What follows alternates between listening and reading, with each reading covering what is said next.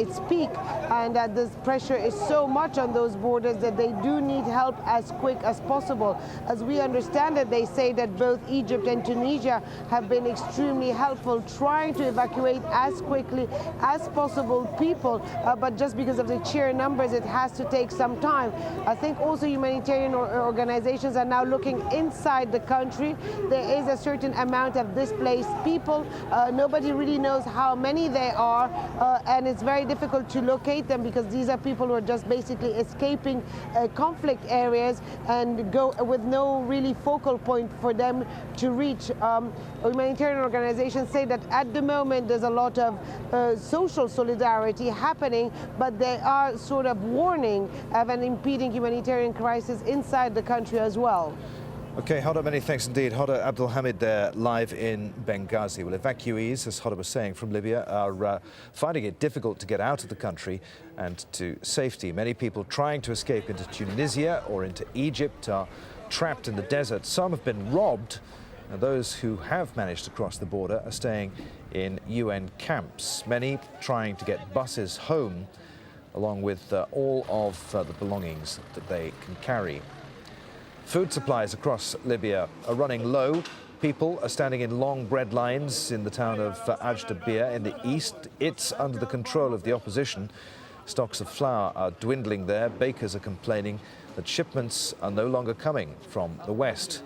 They accuse supporters of Muammar Gaddafi of using roadblocks to halt supplies. Obviously, there is no stock of flour left. We had a little coming from Tripoli, but it was taken back by highway bandits. They said it shouldn't go to AlJazeera and Benghazi, so there's none, and now we can only rely on God.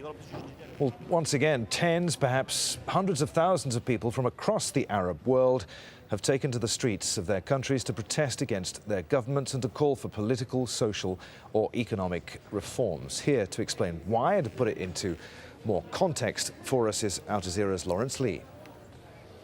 From Tunisia in the west to Oman and Bahrain in the east, the popular movements have gained momentum and confidence since the start of the year, prompting comparisons with the collapse of the Soviet Union more than 2 decades ago. Yet one of the key differences is that the demands of the protesters differ from country to country. Clearly, the current focus is on Libya, which seems increasingly mired in deadlock. Protesters to the east maintain their grip on cities there, while forces loyal to Gaddafi keep a stranglehold over Tripoli.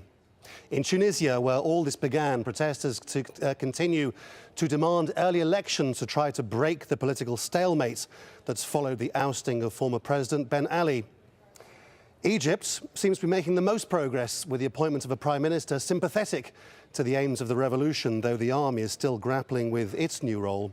In Jordan, meanwhile, the demands are different again, protesters calling for political plurality, for the king to take on a more symbolic role and the formation of a more powerful parliament. While in Iraq, the anger is aimed at the existing political elites, accused by the protesters of rampant corruption. Many of the demands here are linked to poverty. In the Gulf, protesters in Bahrain want more political rights and better living conditions, while in Oman, demonstrations about living conditions have been countered with protests in support of the monarchy. And finally, Yemen, where opinion remains split between political opponents of the president and his supporters. So, weeks of momentum from the demonstrators. The big question now is the extent to which they can keep moving it forward. To the untrained eye, the pictures look the same from country to country, but the stories are becoming very different. In Cairo's Liberation Square, it was as much celebration as protest. Even if things aren't moving quickly, it seems people are prepared for a little patience. Besides which, they now have a new Prime Minister who they see very much as coming from the revolution, and who this Friday made all the right noises.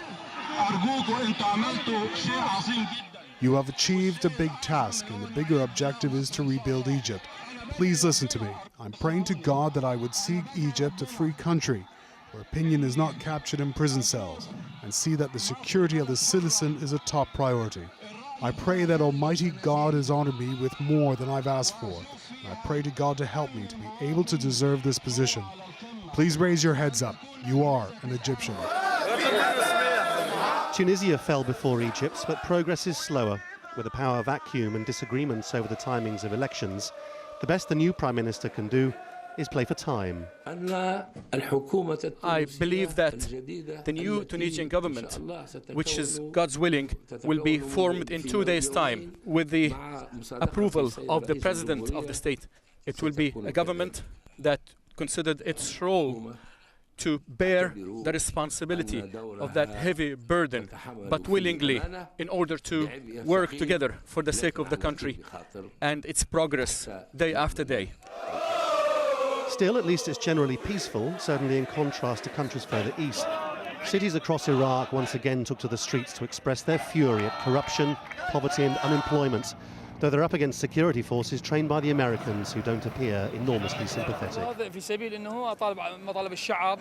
We need a lot of things: jobs, better living conditions, food, everything. I could go on and on. We're asking the Prime Minister to dissolve Parliament and government. Some of them aren't qualified to be ministers. Perhaps the most volatile of all is currently Yemen, where state TV keeps pumping out pictures of crowds supporting the president. Perhaps in contrast to Libya, he does appear to enjoy genuine support, though there are plenty of others who say he's an autocrat. So the uprisings are taking different forms and having different results from country to country. At the moment, though, nowhere looks particularly likely to fall. Lawrence Lee, Al Jazeera. Well, let's get more now on those protests in Egypt. Today, Al Jazeera's Ayman Mokheldin is in Cairo.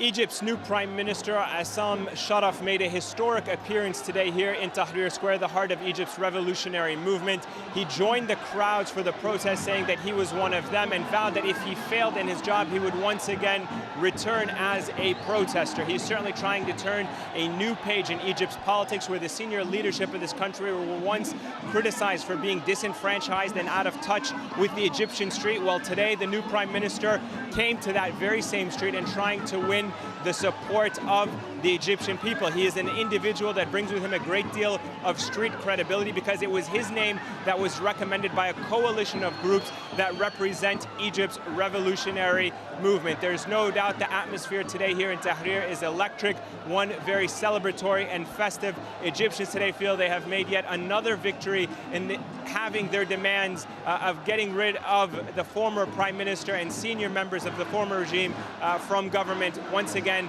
a demand by the protesters has been answered in Tahrir Square. To Tunisia now, a country that's still struggling to restore stability after its president was ousted back in January. The 24th of July has been set for the people to elect a council that will draft a new constitution. And now the caretaker prime minister has given his first speech to the nation. Nazanin Moshiri has the latest from Tunis. Well, what the interim Prime Minister Bedj Kaid Sebzi tried to do was to reassure the Tunisian people that the country is heading in the right direction. He spoke of the past. He said that Ben Ali, the former president, should be hanged for leaving the country as head of the army and being a traitor. He also spoke of decades of darkness and now calling for the first transparent election in years. Whether he will do enough to reassure people and create the jobs his country needs and bring in the billions of dollars his country requires to rebuild and to move forward, well, we'll have to